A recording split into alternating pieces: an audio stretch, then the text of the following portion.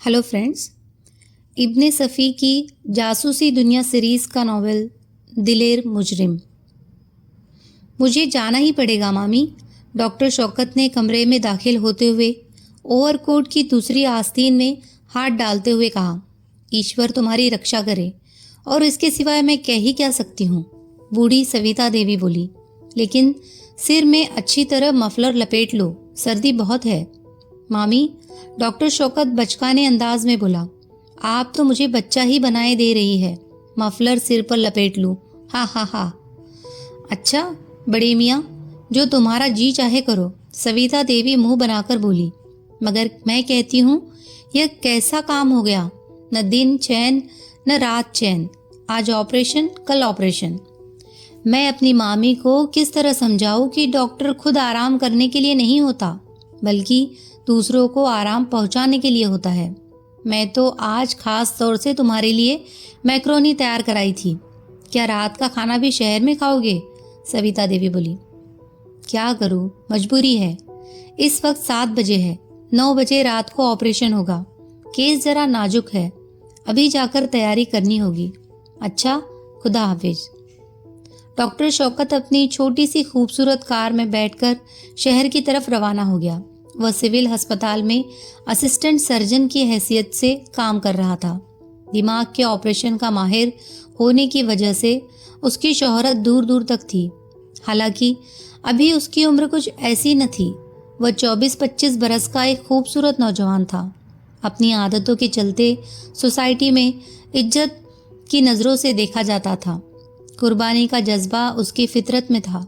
आज का ऑपरेशन वह कल पर भी टाल सकता था, लेकिन उसके ज़मीर ने उसकी इजाज़त न दी। सविता देवी अक्सर उसकी भागदौड़ कर झल्ला जाती थी। उन्होंने उसे अपने बेटे की तरह पाला था। वो हिंदू धर्म को मानने वाली एक बुलंद किरदार की औरत थी। उन्होंने अपनी दम तोड़ती सहेली साफरी खानस से वादा किया था, उसे आज तक निभाई जा रही थी।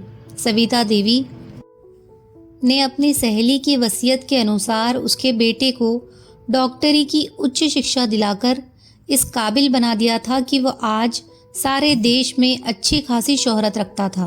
हालांकि शौकत की माँ उसकी पढ़ाई के लिए काफ़ी धन छोड़कर मरी थी, लेकिन किसी दूसरे के बच्चे को पालना आसान काम नहीं, और फिर बच्चा भी ऐसा जिसका संबंध दूसरे धर्म से हो। अगर वे चाहती तो उसे अपने धर्म पर चला सकती थी, लेकिन उसकी नेक नियति ने यह गवारा नहीं किया। स्कूली शिक्षा के साथ साथ उन्होंने उसकी धार्मिक शिक्षा का भी ठीक ठाक इंतजाम किया था। यही वजह थी कि वह नौजवान होने पर भी शौकत अली ही रहा। सविता देवी के बिरादरी के लोगों ने एक मुसलमान के साथ रहने की वजह से उनका बायकॉट कर रखा था, मगर वे अपने मजहब की पूरी तरह पाबंद थी और शौकत को उसके धार्मिक कर्तव्य को पूरा करने के लिए मजबूर करती रहती थी। वे डॉक्टर शौकत और एक नौकरानी के साथ निशात नगर नाम के एक कस्बे में रह रही थी, जो शहर से 5 मील की दूरी पर था। वहाँ उनकी अपनी कोठी थी। वे जवानी ही में विधवा हो गई थी। उनके पति अच्छी खासी जायदाद के मालिक थे, जो किसी करीबी रिश्तेदार के न होने के कारण पूरी की पूरी उन्हीं के हिस्से में आई थी। डॉक्टर शौकत के चले जाने के बाद उन्होंने नौकरानी से कहा, मेरे कमरे में बिजली मत जलाना, मैं आज शौकत ही के कमरे में सोऊंगी। वह आज रात भर थकता रहेगा। मैं नहीं चाहती कि सुबह जब वह आए तो अपने बिस्तर को बर्फ की तरह ठंडा पाए। जाओ, जाकर उसका बिस्तर बिछा दो।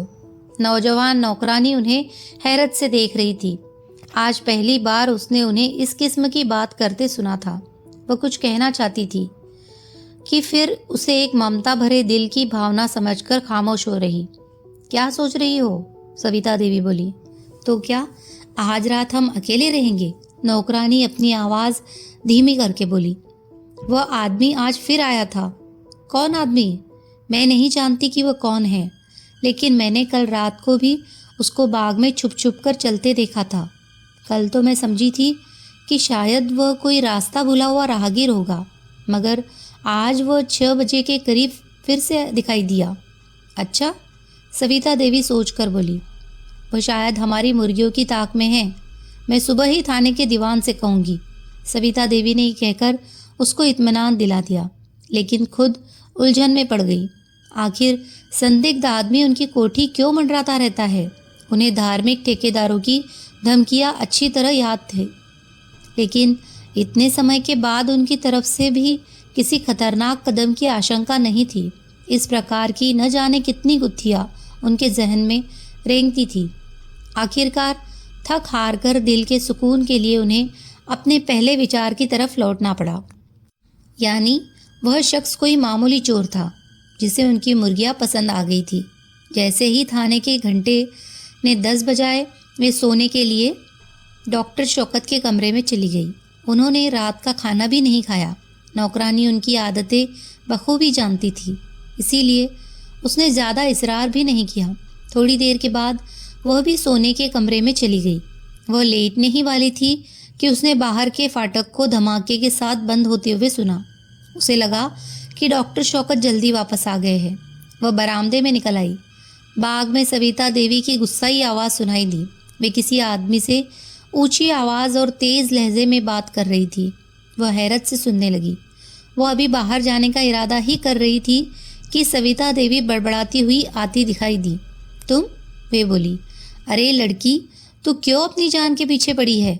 इस सर्दी में बगैर कंबल ओढ़े बाहर निकल आई। न जाने कैसी है आजकल की लड़कियां। कौन था? नौकरानी ने उनकी बात सुनी अनसनी करते हुए पूछा। वही आदमी तो नहीं था? नौकरानी ने खौफजदा होकर कहा। नहीं, वह नहीं था। सर्दी बहुत है, सुबह बताऊंगी। अच्छा, अब जाओ।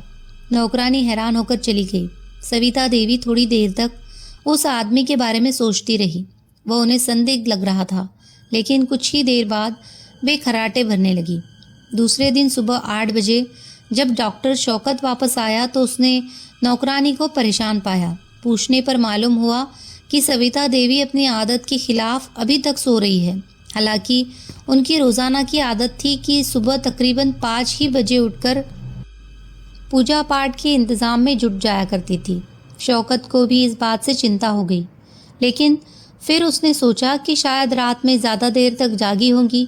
उसने नौकरानी को इत्मीनान दिलाकर नाश्ता लाने को कहा। 9 बज गए, लेकिन सविता देवी न उठी। अब शौकत की परेशानी हद से ज़्यादा बढ़ गई। उसने दरवाज़ा पीटना शुरू किया, लेकिन बेकार। अंदर से कोई जवाब न मिला। हार कर उसने एक बढ़ई बुलवाया। दरवाज़ा टूटते ही उसकी चीख निकल गई। सविता देवी सिर से पांव तक कंबल ओढ़े चित लेटी हुई थी और उनके सीने में एक खंजर इस तरह घुपा गया था कि सिर्फ उसका हत्था नजर आ रहा था। बिस्तर खून से तर था। डॉक्टर शौकत एक मजबूत दिल का आदमी होते हुए भी थोड़ी देर के लिए बेहोश सा हो गया। होश आते ही वो बच्चों की तरह सिसकता हुआ जमीन पर गिर पड़ा। सारे घर में मातम छा गया। कस्बे के थाने को सूचना मिल गई थी और उस वक्त एक सब इंस्पेक्टर, 2 हेड कांस्टेबल मृत महिला के कमरे के सामने बैठे खुसुर पुसुर कर रहे थे। नौकरानी के बयान पर उन्होंने अपनी दिमागी घोड़े दौड़ाने शुरू कर दिए थे। उनके ख्याल में वह संदिग्ध कातिल था जो रात को बाग में आया था और सविता देवी रात में उसी से झगड़ा कर रही थी। डॉक्टर शौकत उनकी बातों से संतुष्ट नहीं था। जैसे जैसे भी अपनी तजुर्बेकारी का इजहार कर रहे थे, उसका गुस्सा बढ़ता जा रहा था। वैसे भी वो अपने कस्बे की पुलिस को नाकारा समझता था। इसीलिए उसने खुफिया डिपार्टमेंट के इंस्पेक्टर फरीदी को एक निजी खत लिखकर बुलवा भेजा था। फरीदी उन चंद इंस्पेक्टरों में से था जो बहुत ही अहम कामों के लिए बुलाया जाता था, लेकिन निजी संबंधों के चलते डॉक्टर शौकत को पूरा यकीन था कि यह केस सरकारी तौर पर उसे न भी सौंपा गया तो भी वह उसे अपने हाथ में ले लेगा। लगभग 2 घंटे बाद इंस्पेक्टर फरीदी अपने असिस्टेंट सार्जेंट हमीद के साथ वहां पहुंच गया। इंस्पेक्टर फरीदी 30-32 साल का एक तेज दिमाग और बहादुर जवान था। उसके चौड़े माथे के नीचे 2 बड़ी बड़ी आंखें उसकी काबिलियत को नुमाया करती थी। उसके लिबास के रख रखाव और ताज़ा शेव किए चेहरे से मालूम हो रहा था वह एक उसूल वाला आदमी है। सार्जेंट हामिद की चाल ढाल में थोड़ा सा जनानापन था। उसके अंदाज से मालूम होता था कि वह ज़बरदस्ती अपने हुस्न की नुमाइश करने का आदी था। उसने कोई बहुत ही तेज खुशबू वाला सेंट लगा रखा था। उसकी उम्र 24 साल से ज़्यादा न थी, लेकिन इस छोटी सी उम्र में भी वो बहुत चतुर और बुद्धिमान था। इसी बुद्धिमानी की बिना पर उसके साथ इंस्पेक्टर फरीदी के ताल्लुकात दोस्ताना थे। दोनों की आपस में की गुफ्तगू से सर अफसरी या मातहती का पता लगाना मुमकिन नहीं तो मुश्किल ज़रूर था। थाने के सब इंस्पेक्टर और दीवान उनके अचानक आ जाने से घबरा गए, क्योंकि उन्हें उनके आने की खबर नहीं थी। उन्हें उनका आना बुरा लगा। डॉक्टर शौकत, फरीदी ने अपना हाथ बढ़ाते हुए कहा, इस नुकसान की भरपाई नामुमकिन है, लेकिन रस्मी तौर पर मैं अपने गम का इजहार ज़रूर करूँगा। इंस्पेक्टर, आज मेरी माँ मर गई। शौकत की आंखों में आंसू झलक आए। सब्र करो, तुम्हें एक मजबूत दिल का आदमी होना चाहिए। फरीदी ने उसके कंधे पर हाथ रखते हुए कहा, कहिए दरोगा जी, कुछ सुराग मिला? उसने सब इंस्पेक्टर की तरफ मुड़कर पूछा। अरे साहब, हम बेचारे भला सुराग क्या जाने, सब इंस्पेक्टर ने बड़े स्टाइल से जवाब दिया। फरीदी ने जवाब की कड़वाहट महसूस जरूर की, लेकिन वह सिर्फ मुस्कुराकर खामोश हो गया। शौकत साहब, यह तो आप जानते ही है कि मैं आजकल छुट्टी पर हूँ, फरीदी बोला।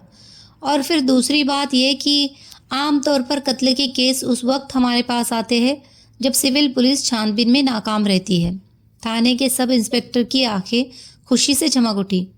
इंस्पेक्टर फरीदी सब इंस्पेक्टर की खुशी को महसूस किया और अपने जाने पहचाने अंदाज में बोला, लेकिन मैं निजी तौर पर इस केस को अपने हाथ में लूँगा। थाने के सब इंस्पेक्टर की आंखों की चमक एकदम से गायब हो गई। उसका मुंह लटक गया। फरीदी ने पूरा किस्सा सुनने के बाद नौकरानी का बयान लेना शुरू किया। नौकरानी ने शुरू से आखिर तक रात की सारी कहानी दोबारा सुना दी। क्या तुम बता सकती हो कि रात में तुमने इस हादसे के बाद भी कोई आवाज़ सुनी थी? जी नहीं, मैंने सिर्फ देवी जी के बड़बड़ाने की आवाज़ सुनी थी। वे अक्सर सोते वक्त बड़बड़ाया करती थी, कुछ बेकार की बातें बड़बड़ाया करती थी। ठहरिए, याद करके बताती हूँ। कुछ देर तक सोचने के बाद वो बोली, हाँ ठीक याद आया, वे राजरूपनगर बड़बड़ा रही थी। मैं इस पर कोई ध्यान नहीं दिया क्योंकि मैं उनकी आदत जानती थी। राजरूपनगर, फरीदी ने धीरे से दोहराया और कुछ सोचने लगा। हमीद, तुमने इससे पहले भी यह नाम सुना है? हमीद ने नहीं में सिर हिला दिया। डॉक्टर शौकत, तुमने? मैंने तो आज तक नहीं सुना। क्या सविता देवी ने यह नाम कभी नहीं लिया? मेरी याददाश्त में तो नहीं। डॉक्टर शौकत ने जहन पर जोर देते हुए जवाब दिया। अच्छा, फरीदी ने कहा। अब मैं जरा लाश को देखना चाहता हूँ। सब लोग उस कमरे में आए जहाँ लाश पड़ी हुई है। चारपाई के सिरहाने वाली खिड़की खुली थी, उसमें सलाखें नहीं थी। इंस्पेक्टर फरीदी देर तक लाश का मुआयना करता रहा। फिर उसने वह चूरा सब इंस्पेक्टर की इजाज़त से लाश के सीने से खींच लिया और उसके हत्थे पर उंगलियों के निशान ढूंढने लगा। फिर खिड़की की तरफ गया और झुककर नीचे देखने लगा। खिड़की से 3 फुट नीचे लगभग 1 फुट चौड़ी कॉर्निश थी, जिससे बांस की एक सीढ़ी टिकी हुई थी। खिड़की पर पड़ी हुई धूल कई जगह से साफ थी और एक जगह 5 उंगलियों के निशान साफ देखे जा सकते थे। ये तो साफ जाहिर है कि कातिल इस खिड़की से आया था, फरीदी ने कहा। ये तो इतना साफ है कि घर की नौकरानी भी ये कह रही थी, थाने के सब इंस्पेक्टर ने मजाक में कहा। फरीदी ने मुस्कुराकर उसकी तरफ देखा और फिर खामोशी से खंजर का जायजा लेने लगा। कातिल ने दस्ताने पहन रखे थे और वह एक बेहतरीन खंजरबाज मालूम होता है, इंस्पेक्टर फरीदी बोला। और वह एक ताकतवर इंसान है। दरोगा जी, इस खंजर के बारे में आपकी क्या राय है? खंजर? जी हाँ, यह भी बहुत मजबूत मालूम होता है, सब इंस्पेक्टर मुस्कुराकर बोला। जी नहीं, मैं इसकी बनावट के बारे में पूछ रहा हूँ। इसकी बनावट के बारे में सिर्फ लोहार ही बता सकता है। जी नहीं, मैं भी बता सकता हूँ। इस किस्म के खंजर नेपाल के अलावा और कहीं नहीं बनते। नेपाल? डॉक्टर शौकत को जैसे झटका लगा और वह एकदम एक कदम पीछे हट गया। क्यों, क्या हुआ? फरीदी उसे घूरता हुआ बोला। कुछ नहीं, शौकत ने खुद पर काबू पाते हुए कहा। खैर, हाँ तो मैं ये कह रहा था कि इस किस्म के खंजर सिवाय नेपाल के और कहीं नहीं बनाए जाते। और डॉक्टर, मैं तुमसे कहूँगा कि अभी वो इतना ही कह पाया था कि एक कांस्टेबल ने आकर खबर दी कि उस शख्स का पता लग गया है जिससे कल रात सविता देवी का झगड़ा हुआ था। सब लोग तेजी से दरवाजे की तरफ बढ़े। बाहर एक कांस्टेबल खड़ा था। आने वाले कांस्टेबल ने बताया कि रात सविता देवी उसी से झगड़ रही थी। वह रात में इस तरफ से गुजर रहा था कि सविता देवी ने उसे पुकारा।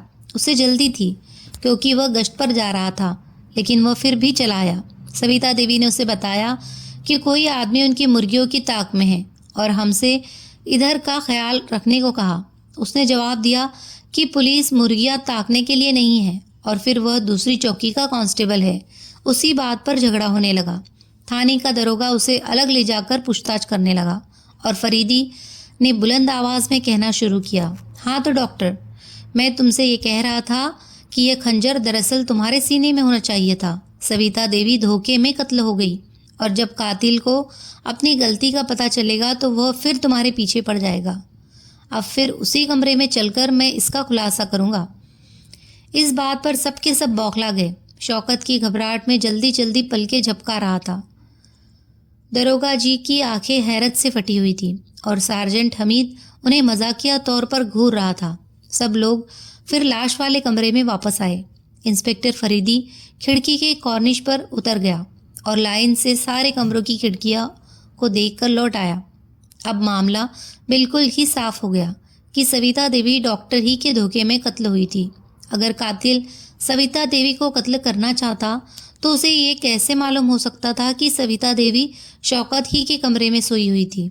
इंस्पेक्टर फरीदी ने कहा, अगर वह तलाश करता हुआ इस कमरे तक पहुंचा था तो दूसरी खिड़कियों पर ही इस किस्म के निशान होने चाहिए थे जैसे कि इस खिड़की पर मिले हैं। और फिर सविता देवी के कत्ल की एक वजह हो सकती थी उनकी जायदाद, लेकिन अगर उसका जायदाद उनके किसी रिश्तेदार को पहुंचता तो वह उन्हें अब से 10 बरस पहले ही खत्म कर देता या करा देता, जब उन्होंने अपनी जायदाद धर्मशाला के नाम लिखने का सिर्फ इरादा ही जाहिर किया था। अब जबकि 10 साल गुजर चुके हैं और जायदाद के बारे में कानूनी वसीयत की कार्रवाई पूरी हो चुकी थी, उनके कत्ल की कोई ठीक ठाक वजह समझ में नहीं आ सकती थी। अगर कातिल चोरी की नीयत से अचानक इस कमरे में दाखिल हुआ था जिसमें वह सो रही थी, तो क्या वजह है कि कोई चीज़ चोरी नहीं गई? हो सकता है कि इस कमरे में उसके दाखिल होते ही सविता देवी जाग उठी हो और वह पकड़े जाने के खौफ से उन्हें कत्ल करके कुछ चुराए बगैर ही भाग खड़ा हुआ। दरोगा जी ने अपना दिमागी तीर मारा। माय डियर, फरीदी जोश में बोला, मैं साबित कर सकता हूँ कि कातिल हमले के बाद काफ़ी देर तक इस कमरे में ठहरा रहा। सब इंस्पेक्टर के चेहरे पर कटीली मुस्कुराहट फैल गई और सार्जेंट हमीद उसे दांत पीसकर घूरने लगा। इंस्पेक्टर फरीदी ने कहना शुरू किया, जिस वक्त शौकत ने लाश को देखा वह सिर से पैर तक कंबल से ढकी हुई थी। जाहिर है कि इससे पहले कोई कमरे में दाखिल भी न हो सकता था क्योंकि दरवाज़ा अंदर से बंद था। लिहाजा लाश पर पहले शौकत ही की नज़र पड़ी। इसमें किसी और के मुंह ढांकने का सवाल ही पैदा नहीं होता। अब जरा लाश के करीब आइए।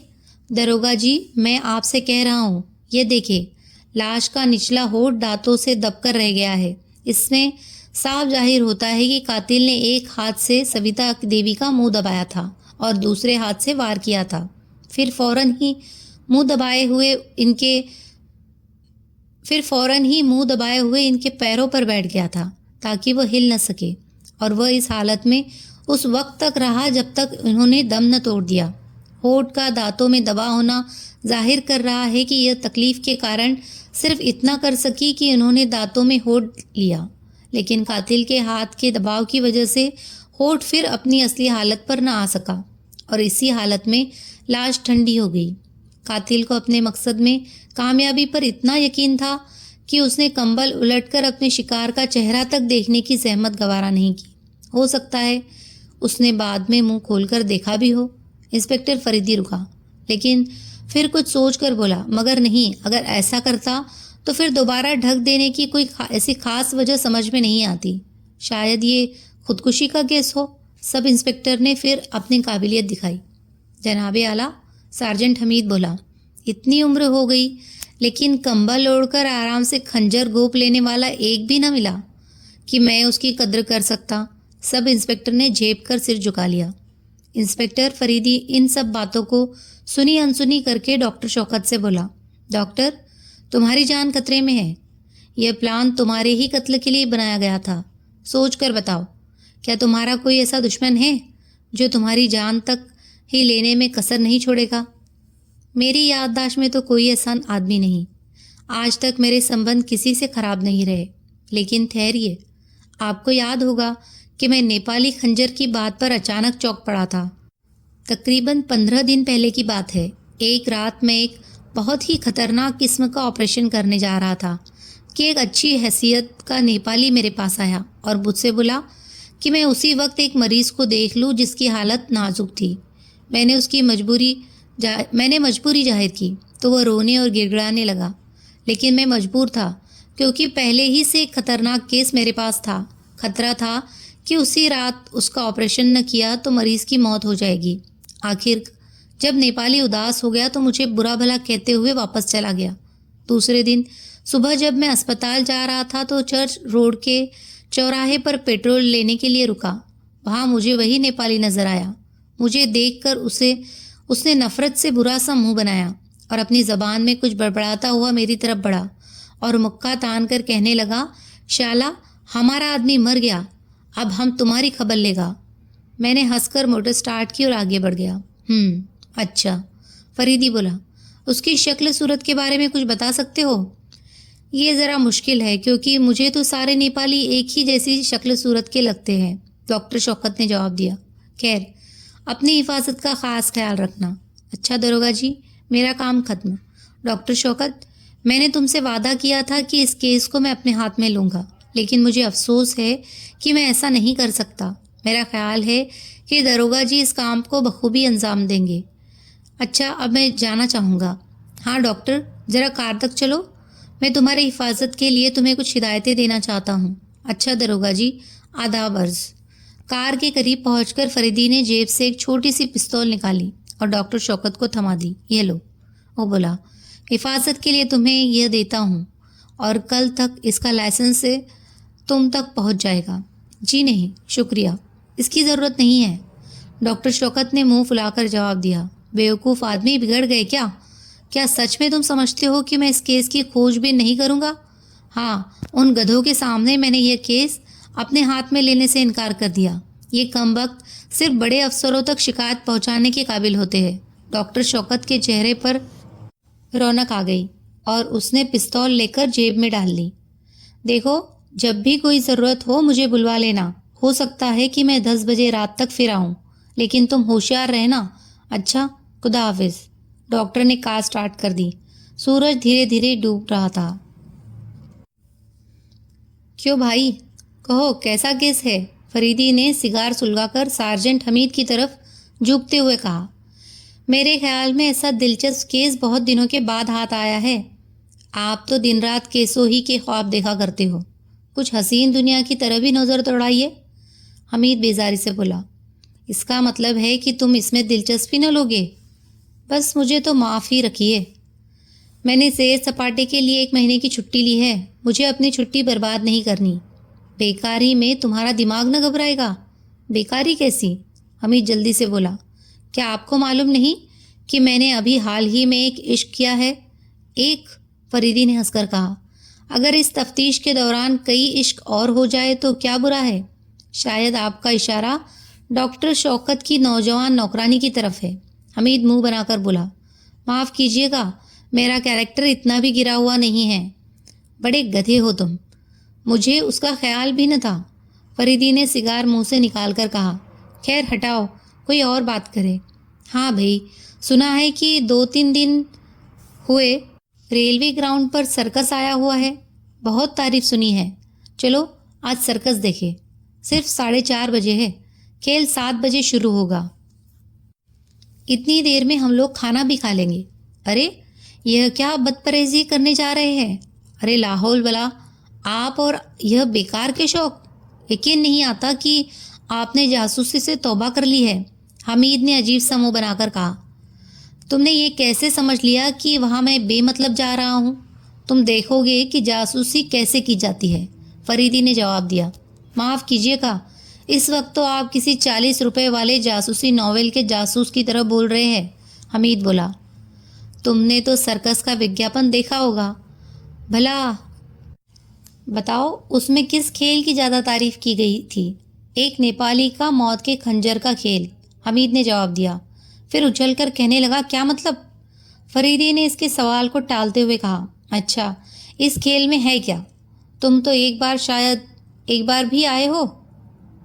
हाँ, एक लड़की लकड़ी के तख्त से लगकर खड़ी हो जाती है और नेपाली इस तरह खंजर फेंकता है कि वे उसके चारों तरफ लकड़ी के तख्ते में चुभते जाते हैं। आखिर में जब वह इन खंजरों के बीच से निकलती है तो लकड़ी के तख्ते पर चुभे हुए खंजरों में उसका खाका सा बना रह जाता है। भाई वाकई कमाल है। अगर खंजर 1 इंच भी आगे पीछे बढ़कर पड़े तो लड़की का काम तमाम हो जाए। अच्छा, इन खंजरों की लंबाई क्या होगी? फरीदी ने सिगार का कश लेकर कहा। मेरे ख्याल से वे खंजर वैसे ही है जैसा कि आपने लाश के सीने से निकाला था। बहुत खूब, फरीदी ने इत्मीनान से बोला। अच्छा, ये बताओ कि खंजर का कितना हिस्सा लकड़ी के तख्ते में घुस जाता है? मेरे ख्याल से चौथाई। मामूली ताकत वाले के बस का रोग नहीं, फरीदी ने हमीद की पीठ ठोकते हुए जोश में कहा। अच्छा मेरे दोस्त, आज सर्कस ज़रूर देखा जाएगा। आखिर आपका मतलब क्या है? हमीद बेचैनी से बोला। फिलहाल तो कोई ख़ास मतलब नहीं। अभी तो मेरी स्कीम किसी 40 रुपए वाले नॉवेल के जासूस की ही स्कीम की तरह मालूम हो रही है। आगे अल्लाह मालिक है। आखिर कुछ बताइए तो। शायद सविता देवी के कत्ल में उसी नेपाली का हाथ हो। यूँ तो कत्ल में मेरा भी हाथ हो सकता है, हमीद हंसकर बोला। तुम नहीं समझते, एक लंबी चौड़ी औरत की लाश को फड़कने से रोक देना किसी कमज़ोर आदमी का काम नहीं। एक जिबह किए हुए मुर्गे को संभालना मुश्किल हो जाता है। फिर जिस शख्स ने डॉक्टर शौकत को धमकी दी थी वह भी नेपाली ही था। ऐसी सूरत में क्यों न हम इस पर फ़ायदा उठाए। मैं यह पक्के तौर पर नहीं कहता कि कत्ल में सर्कस वाले नेपाली ही का हाथ है। फिर भी देख लेने में क्या नुकसान है? अगर कोई सुराग न मिल सका तो सैर ही हो जाएगी। खैर, मैं सर्कस देखने से इनकार नहीं कर सकता क्योंकि इसमें तकरीबन 2 दर्जन लड़कियां काम करती है। लेकिन मैं ये भी नहीं चाहता कि वहाँ खेल के दौरान आप बहस करके मेरा मज़ा किरकिरा करें। तुम चलो तो सही, मुझे ये भी मालूम है, फरीदी ने बुझा हुआ सिगार दोबारा सुलगाकर कहा। यहाँ पहुंचकर उनकी हैरत का कोई ठिकाना न रहा जब उन्होंने इवनिंग न्यूज़ में निशान नगर के कत्ल की खबर पढ़ी। उसमें इंस्पेक्टर फरीदी की बातचीत का एक एक शब्द लिखा था और ये भी लिखा था कि इंस्पेक्टर फरीदी ने निजी तौर पर मौकाए वारदात का मुआयना किया था, लेकिन उन्होंने निजी तौर पर खूनी को ढूंढने से इनकार कर दिया है। साथ ही यह भी लिखा था कि इंस्पेक्टर फरीदी 6 माह की छुट्टी पर है, इसीलिए ख्याल होता है कि सरकारी तौर पर भी यह काम उनके ज़िम्मे न किया जाए। मेरे ख्याल से जिस शख्स को हम लोग डॉक्टर का पड़ोसी समझ रहे थे वो इवनिंग न्यूज़ का रिपोर्टर था, फरीदी ने कहा। अब तक तो हालात हमारे ही फेवर में हैं। इस खबर का आज ही छप जाना बहुत अच्छा हुआ। अगर वाकई सर्कस वाला नेपाली ही कातिल है तो हम आसानी से उस पर इस खबर का असर देख सकेंगे। हमीद कुछ सोचते हुए बोला। क्या कोई नई बात सूझी? फरीदी ने कहा। मैं कहता हूँ कि आखिर सिर दर्द मोल लेने से क्या फ़ायदा? क्यों ना हम लोग अपनी छुट्टियाँ हंसी खुशी गुजारे। अच्छा बकवास बंद, फरीदी झल्लाकर बोला।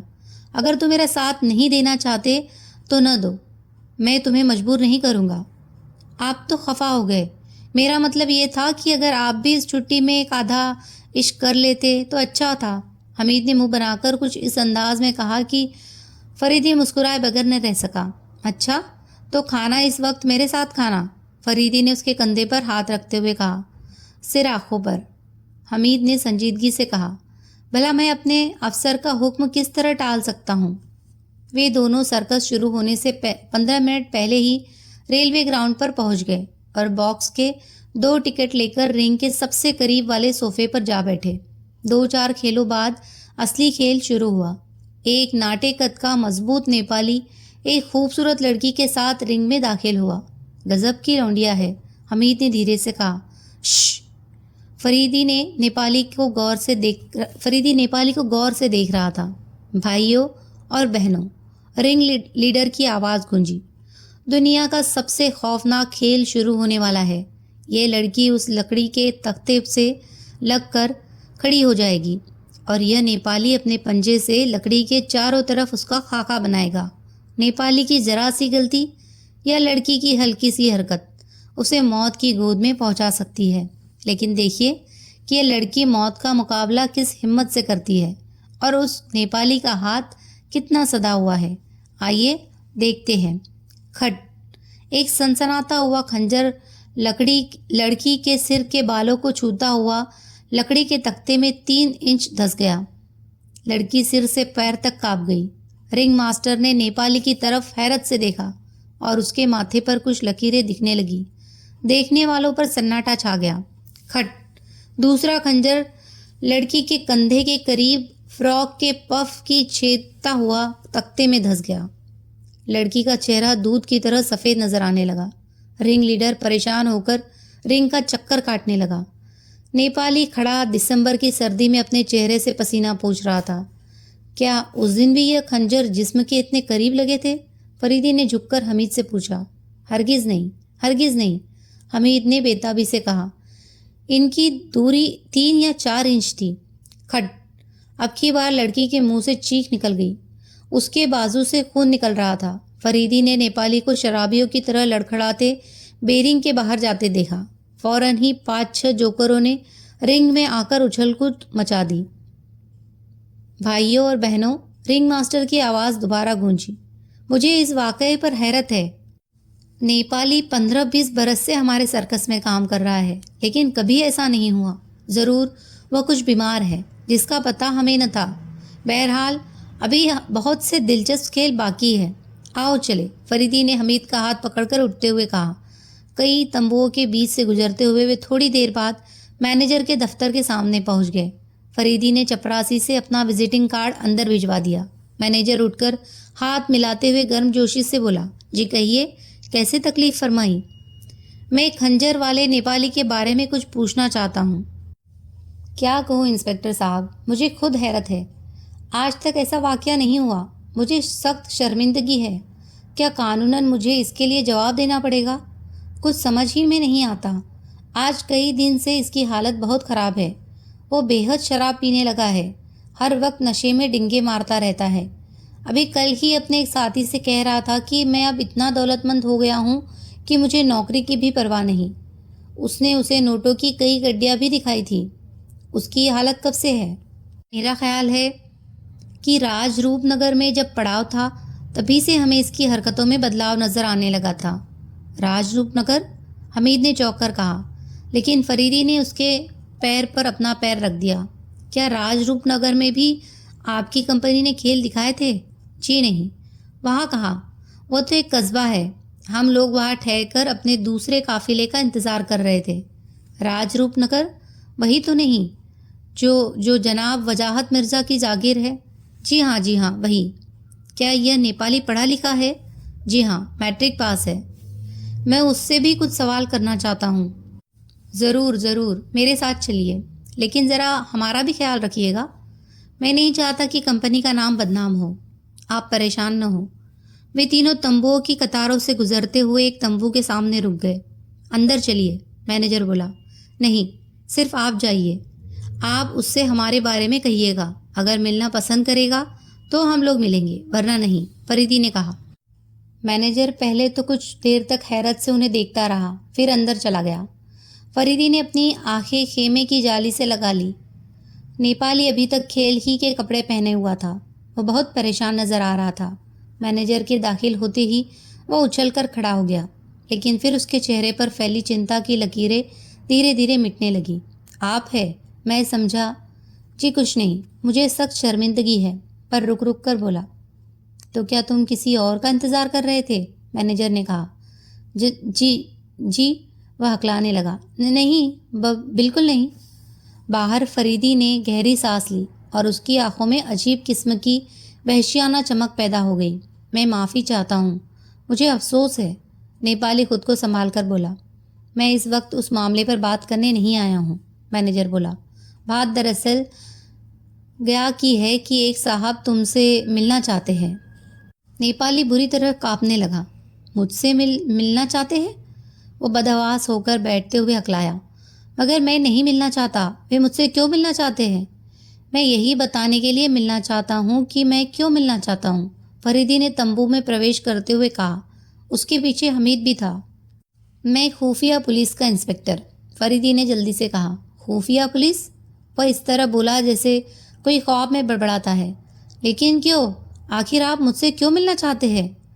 तुम्हें परेशान करना नहीं चाहता, लेकिन तुम अगर मेरे सवालों का सही सही जवाब दोगे तो फिर तुम्हें डराने की ज़रूरत नहीं है। क्या तुम कल रात निशांत नगर डॉक्टर शौकत की कोठी पर गए थे? फरीदी ने यह सवाल बहुत ही सादगी से पूछा, लेकिन इसका असर किसी बम के धमाके से कम न था। नेपाली तेजी से उछल पड़ा। फरीदी को अब पूरा यकीन हो गया। नहीं नहीं, वह कपाती हुई आवाज़ में चीखा। तुम सफ़ेद झूठ बोल रहे हो। मैं वहाँ क्यों जाता? नहीं, यह झूठ है, पक्का झूठ। इससे कोई फ़ायदा नहीं मिस्टर, फरीदी बोला। मैं जानता हूँ कि कल रात तुम डॉक्टर शौकत को कत्ल करने गए और उसके धोखे में सविता देवी को कत्ल कराए। अगर तुम सच सच बता दोगे तो मैं तुम्हें बचाने की कोशिश करूँगा, क्योंकि मैं जानता हूँ कि तुम्हें वहाँ किसी दूसरे ने कत्ल करने के लिए भेजा था। आप मुझे बचाने की कोशिश करेंगे? वो बेबसी से बोला। ओह मेरे खुदा, मैंने भयानक गलती की। शाबाश, हाँ आगे कहो, फरीदी नरम लहजे में बोला। सर्कस का मैनेजर उन्हें हैरत और खौफ की नज़रों से देख रहा था। नेपाली इंस्पेक्टर फरीदी के इस अचानक हमले से पहले ही हथियार डाल चुका था। उसने एक बेबस बच्चे की तरह कहना शुरू किया। जी हाँ, मैं ज़रूर बताऊंगा, मगर मैं बेकसूर हूँ। आपने कहा कि आप मुझे बचा लेंगे। उसने मुझे 50,000 पेशगी दिए थे और कत्ल के बाद 50,000 और देने का वादा किया था। ये मैंने क्या किया? उसका नाम है उफ। और वो चीख कर आगे की तरफ झुक गया। वो देखो, सार्जेंट हमीद चीखा। किसी ने तंबू के पीछे से नेपाली पर हमला किया था। खंजर तंबू के कपड़े की दीवार फाड़ता हुआ उसकी पीठ में घुस गया था। वह स्टूल पर बैठे बैठे 2-3 बार तड़पा और देखते ही देखते फर्श पर आ गिरा। हमीद, बाहर बाहर देखो, जाने न पाए, इंस्पेक्टर फरीदी गुस्से में चिल्लाया। चीख की आवाज़ सुनकर कुछ और भी लोग आ गए। सब ने मिलकर कातिल की तलाश करना शुरू किया, लेकिन बेचारा मैनेजर घबराहट की वजह से बेहोश हो गया। कोतवाली खबर पहुंचा दी गई। थोड़ी देर बाद कई कांस्टेबल और 2 सब इंस्पेक्टर मौकाए वारदात पर पहुंचे। इंस्पेक्टर फरीदी को वहां देखकर उन्हें सख्त हैरत हुई। फरीदी ने उन्हें सारा हाल बता दिया। मृतक के इकरार का गवाह मैनेजर था, इसीलिए मैनेजर का बयान हो रहा था। इंस्पेक्टर फरीदी और सार्जेंट हमीद का वहां रुकना समय नष्ट करने जैसा था, इसीलिए दोनों वहां से रवाना हो गए। उनकी कार तेजी से निशांत नगर की तरफ जा रही थी। क्यों भाई, रहा ना वही 40 रुपए वाले जासूसी नॉवेल का वाला मामला, फरीदी ने हंसकर कहा। अब तो मुझे भी दिलचस्पी हो चली है, हमीद ने कहा। लेकिन ये तो बताइए कि आपको यकीन कैसे हुआ था कि वही कातिल है? यकीन कहाँ, सिर्फ शक था, लेकिन मैनेजर से बातचीत करने के बाद कुछ यकीन हो चला था कि साजिश में किसी दूसरे का हाथ जरूर था। मैं यह भी सोच रहा था कि कत्ल के सिलसिले में अपनी गलती का एहसास हो जाने के बाद ही उसकी हालत खराब हो गई थी। यही वजह थी कि खेल के वक्त उसका हाथ बहक रहा था और अब उसे शायद उस आदमी का इंतज़ार था जिसने उसे कत्ल के लिए बहकाया था। इस गलती की जवाबदेही के ख्याल ने उससे और भी परेशान कर रखा था। इन्हीं सब चीज़ों को मद्देनज़र रखकर मैंने खुद पहले उसके तंबू में जाना ठीक नहीं समझा। मैनेजर को अंदर भेजकर मैं जाली से उसके हाव भाव देख रहा था। जाली से तो तुम भी देख रहे थे। बहरहाल आज से मैं आपका पूरा शागिर्द हो गया, हमीद ने कहा। क्या कहा? आज से? क्या पहले न थे? फरीदी ने हंसकर पूछा। नहीं, पहले भी था, हमीद ने जवाब दिया और दोनों खामोश हो गए। इंस्पेक्टर फरीदी आगे के लिए प्रोग्राम बना रहा था। फाटक पर कार की आवाज़ सुनकर डॉक्टर शौकत बाहर निकल आया था। इंस्पेक्टर फरीदी ने सारी कहानी उससे बता दी। फिर फरीदी ने शौकत के कंधे पर हाथ रखते हुए कहा, तुम्हारा असली दुश्मन अब भी आज़ाद है और वह किसी वक्त भी तुम्हें नुकसान पहुंचा सकता है, इसीलिए अब भी तुमको सावधानी की ज़रूरत है। मैं कोशिश करूँगा कि असली मुजरिम को बहुत जल्दी गिरफ्तार करके कानून के हवाले कर दूँ। इंस्पेक्टर फरीदी को अफसोस था कि सरकारी तौर पर वह इस केस का इंचार्ज नहीं हो सकता था। अभी उसकी छुट्टी खत्म होने में 2 महीने बाकी थी। उसे इस बात का भी ख्याल था कि दूसरे कत्ल के बाद से इस मामले में उसकी दखलंदाजी का हाल अफसरों को ज़रूर मालूम हो जाएगा, जो किसी तरह मुनासिब नहीं था। लेकिन उसे इसकी परवाह न थी। नौकरी की परवाह उसे न पहले कभी थी और न ही अब थी। यह नौकरी वह शौकिया कर रहा था, वरना वह इतना दौलतमंद था कि उसके बगैर भी अमीरों की सी जिंदगी गुजार सकता था। दूसरी वारदात के अगले दिन सुबह जब वह सोकर उठा तो उसे मालूम हुआ कि चीफ इंस्पेक्टर साहब का अर्दली बहुत देर से उसका इंतज़ार कर रहा है। पूछने पर पता चला कि चीफ साहब अपने बंगले पर बेसब्री से इंतज़ार कर रहे हैं और पुलिस कमिश्नर साहब ही वहाँ मौजूद है। फरीदी का माथा ठनका। फ़ौरन ही उसने बेकार के ख्यालों को अपने जहन से निकाल फेंका और नाश्ता करने के बाद चीफ साहब के बंगले की तरफ निकल पड़ा। हेलो फरीदी, चीफ साहब ने उसको देखते ही तपाक से कहा। हम लोग तुम्हारा इंतज़ार कर रहे थे। मुझे ज़रा देर हो गई, फरीदी ने कहा। इस वक्त एक अहम मामले पर बातचीत करने के लिए आपको तकलीफ़ दी गई है। पुलिस कमिश्नर ने अपना सिगार केस उसकी तरफ बढ़ाते हुए कहा। शुक्रिया, फरीदी ने सिगार केस लेते हुए कहा। फरमाइए।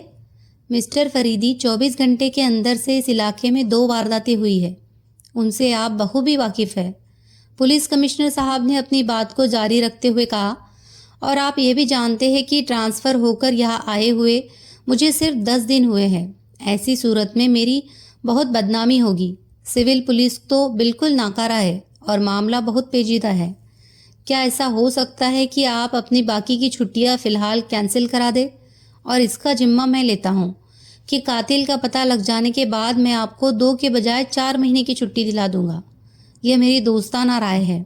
इससे अफसरी और महकमे का कोई ताल्लुक नहीं। जी, मैं हर वक्त और हर खिदमत के लिए हाजिर हूँ, फरीदी ने अपनी आरजू पूरी होते देखकर कहा। बहुत बहुत शुक्रिया। पुलिस कमिश्नर साहब इत्मीनान की सांस लेकर बोले। कल रात आप अपना बयान देकर चले आए थे। इसके बाद नेपाली तंबू की तलाशी लेने पर 40,000 के नोट बरामद हुए, जो उसकी हैसियत से कहीं ज़्यादा थे। इन रुपयों के अलावा कोई और चीज़ ऐसी न मिल सकी जिससे उसके कातिल का पता लग सकता। बहरहाल सविता देवी के कातिल का सुराग का सेहरा तो आप ही के सर पर है, लेकिन अब उसके कातिल के कातिल का पता लगाना बहुत ज़रूरी है और यह काम सिवा आपके और कोई नहीं कर सकता। मैंने कल रात ही यह दोनों केस डिपार्टमेंट ऑफ इन्वेस्टिगेशन के जिम्मे कर दिए हैं। अब इसके आगे का प्रोग्राम आपको चीफ इंस्पेक्टर बताएंगे और मैं तुमको इस केस का इंचार्ज बनाता हूँ। चीफ इंस्पेक्टर साहब ने, जो अब तक दोनों की बातें गौर से सुन रहे थे, आगे कहा। इसके कागजात 10 बजे तक तुम्हें मिल जाएंगे। यह तो आप जानते ही है कि शुरू ही से इस केस की तफ्तीश कर रहा हूँ, फरीदी ने कहा, और मैंने इस सिलसिले में अपना काम करने का तरीका भी ढूंढ लिया है। लेकिन आपसे गुजारिश है कि आप यही जाहिर होने दें कि मैं छुट्टी पर हूँ और ये मामला अभी तक डिपार्टमेंट ऑफ इन्वेस्टिगेशन तक नहीं पहुँचा है। तो इस केस में भी तुम अपनी पुरानी आदत के मुताबिक अकेले ही काम करोगे, चीफ इंस्पेक्टर पुलिस ने कहा। यह आदत खतरनाक है। मुझे अफसोस है कि कुछ कारणों के चलते मैं जाहिर नहीं करना चाहता हूँ और मुझे यह तरीका अपनाना पड़ेगा। अच्छा, आप इजाज़त चाहता हूँ। इंस्पेक्टर फरीदी के घर पर सार्जेंट हमीद उसका इंतज़ार कर रहा था। उसकी आंखों से मालूम हो रहा था जैसे वो रात भर ना सोया हो। फरीदी के घर पहुंचते ही वो बेताबी से उसकी तरफ बढ़ा। कहो, खैरियत तो है? फरीदी ने कहा। तुम कुछ परेशान से मालूम होते हो। कुछ क्या, मैं बहुत परेशान हूँ, हमीद ने कहा। आखिर बात क्या है? कल रात तकरीबन 1 बजे मैं आपके घर से रवाना हुआ। थोड़ी दूर चलने के बाद मैंने महसूस किया कि कोई मेरा पीछा कर रहा है। पहले तो ख्याल हुआ कि कोई राहगीर होगा, लेकिन जब मैंने अपना शक दूर करने के लिए यूं ही बेमतलब गलियों में घुसना शुरू किया तो मेरा शक यकीन की हद तक पहुंच गया, क्योंकि वह आदमी भी मेरा पीछा कर रहा था। अब मैंने घर पहुंचकर ताला खोला और किवाड़ बंद करके उसकी झिरी से झांकता रहा। मेरा पीछा करने वाला मेरे मकान के सामने खड़ा दरवाजे की तरफ देख रहा था। फिर वो आगे बढ़ गया। मैं बाहर निकला और अब मैं उसका पीछा कर रहा था। इस किस्म का पीछा कम से कम मेरे लिए नया तजुर्बा था, क्योंकि मैं बाहर निकला और अब मैं उसका पीछा कर रहा था। इस किस्म का पीछा कम से कम मेरे लिए नया तजुर्बा था, क्योंकि पीछा करते करते 5 बज गए। मालूम होता था जैसे वह यूं ही आवारागर्दी कर रहा है। मुझे अफसोस है कि मैं उसका चेहरा न देख सका, क्योंकि उसने अपने चेस्टर का कॉलर चढ़ा रखा था और उसकी नाइट कैप उसके चेहरे पर झुकी हुई थी। तकरीबन 5 बजे वह बॉटम रोड और बेली रोड के चौराहे पर रुक गया। वहाँ एक कार खड़ी थी। वह उसमें बैठा और कार तेजी से उत्तर की तरफ रवाना हो गई। वहाँ उस वक्त मुझे कोई सवारी न मिल सकी, इसीलिए 3 मील पैदल चलकर आ रहा हूँ। रात से अब तक मैंने शायद 15 मील का चक्कर लगाया होगा। तुम्हारी नई कहानी तो बहुत दिलचस्प रही। फरीदी कुछ सोचते हुए बोला, फिर बात थोड़ी देर तक चुप रहा। उसकी आंखें इस तरह धुंधला गई जैसे उसे नींद आ रही हो। फिर अचानक उसमें एक तरह की वहशियाना चमक पैदा हो गई और उसने जोरदार कहका लगाया। क्या कहा तुमने? फरीदी बोला। वो बॉटम रोड के चौराहे से उत्तर की तरफ चला गया। जी हाँ, और तुम्हें शायद मालूम ना होगा कि उस चौराहे से अगर तुम दक्षिण की तरफ चलो तो 15 मील चलने के बाद तुम राजरूपनगर पहुंच जाओगे। अब मुझे यकीन हो गया है कि कातिल का सुराग राजरूपनगर में ही मिलेगा। देखो, अगर वह सच में तुम्हारा पीछा कर रहा होता तो तुम्हें इसका एहसास तक न होने देता। उसने जानबूझकर ऐसा किया था कि तुम उसके पीछे लग जाओ और वह उसी चौराहे से दक्षिण की तरफ जाने की वजह उत्तर की तरफ जाकर मेरे दिल से उस ख्याल को निकाल दे कि असली मुजरिम राजरूपनगर का रहने वाला है। ओ मेरे खुदा! तो इसका मतलब है कि वह नेपाली के कत्ल के पहले से हम लोगों के करीब रहा। उसने मैनेजर के दफ्तर में भी हमारी बातचीत सुनी। वही राजरूपनगर की बात आई थी। अखबार में तो इसका कोई हवाला नहीं था। मुजरिम मामूली दिमाग का आदमी नहीं मालूम होता। क्या तुम उसका हुलिया बता सकते हो? यह तो मैं पहले ही बता चुका था कि मैं उसका चेहरा नहीं देख सका, हमीद ने कुछ सोचकर कहा। लेकिन ठहरिए, उसमें एक खास बात थी जिसके बिना परवाह पहचाना जा सकता है। उसकी पीठ पर बड़ा सा कुबड़ था। अम्मा छोड़ो भी, ऊपर कोट के नीचे बहुत सा कपड़ा ठूस कर भी बनाया जा सकता है। अगर वह सच का कुबड़ा होता तो तुम्हें पीछे आने की दावत ही देता ही ना। वल्ला, आप तो जेम्स बॉन्ड की भी कान काट गए। हमीद हंसकर बोला। तुमने फिर वही जासूसी नॉवले के जासूसों के हवाले देने शुरू कर दिए? फरीदी ने बुरा सा मुंह बनाकर कहा। सच, मैं मजाक नहीं उड़ा रहा हूँ। खैर हटाओ, मैं इस वक्त राजरूपनगर जा रहा हूँ। यह आपने बहुत अच्छा किया कि आप अकेले राजरूपनगर जा रहे हैं। मैं रात भर नहीं सोया। अगर तुम सोते भी होते तो भी मैं तुम्हें अपने साथ में ले जाता, क्योंकि तुम छुट्टी पर हो और मैंने अपनी छुट्टियां कैंसिल करा दी है और यह केस सरकारी तौर पर मुझे दिया गया है। कब से? हमीद ने हैरान होकर पूछा। अभी अभी, फरीदी ने जवाब दिया और सारी बात बता दी। तो फिर वाकई आप अकेले जाएंगे? हमीद ने कहा। अच्छा, ये तो बताइए कि आपने अपने काम करने का तरीका सोच लिया है? बिल्कुल, फरीदी ने जवाब दिया। कल रात मैंने तुम्हारे जाने के बाद ही राजरूपनगर के सिलसिले में बहुत ही जानकारी हासिल की है। जैसे कि राजरूपनगर नवाब वजाहत मिर्जा की जागीर है और नवाब साहब बहुत ज़्यादा दिमागी तौर पर बीमार हैं। मुझे यह भी मालूम हुआ है कि वह तकरीबन 15 रोज से दिन रात सो रहे हैं, या दूसरे शब्दों में यह कहना चाहिए कि बेहोश है। उनके फैमिली डॉक्टर की राय है कि सिर का ऑपरेशन कराया जाए, लेकिन उनका इलाज किस समय कर्नल तिवारी कर रहे हैं, जो पुलिस अस्पताल के इंचार्ज है, और वे ऑपरेशन के खिलाफ है। इस सिलसिले में जो दूसरी बात मालूम हुई है वो यह है कि नवाब साहब की कोई औलाद नहीं है। उनके साथ उनका सौतेला भतीजा और उनकी बेवा बहन अपनी जवान लड़की के साथ रहती है। मुझे जहाँ तक पता चला है कि नवाब साहब ने अपनी जागीर के सिलसिले में अभी तक किसी प्रकार का कोई वसीयतनामा नहीं लिखा है। क्या यह मुमकिन नहीं कि उनकी बेवा बहन या सौतेले भतीजे में से कोई भी जायदाद के लालच में ये ख्वाहिश नहीं रख सकता कि नवाब साहब होश में आने से पहले ही मर जाए? हो सकता है कि उसी मकसद के तहत दिमागी बीमारियों के मशहूर डॉक्टर शौकत को कत्ल करा देने की कोशिश कर दी गई हो, महज उस डर से कि कहीं नवाब साहब उसे इलाज न करवाने लगे, क्योंकि उनका फैमिली डॉक्टर ऑपरेशन पर जोर दे रहा था। फरीदी ने इतना कहकर खामोश हो गया। आपकी दलील में दम है, हमीद बोला, लेकिन आपका वहाँ अकेला जाना ठीक नहीं है। तुम मुझे अच्छी तरह जानते हो कि मैं अपने तरीके से काम करने का आदी हूँ। वो अभी बिल्कुल अकेला, फरीदी ने हंसकर कहा। और तुमने अभी हाल ही में एक इश्क किया है। मैं तुम्हारे इश्क में गड़बड़ नहीं पैदा करना चाहता। वापसी में तुम्हारे महबूबा के लिए अंगूठी ज़रूर लेता आऊँगा। अच्छा, अब तुम नाश्ता करके यहाँ सो रहो, मैं चला। राजरूप नगर में नवाब वजाहत मिर्ज़ा की आलीशान कोठी बस्ती से लगभग 1.5 मील की दूरी पर खड़ी थी।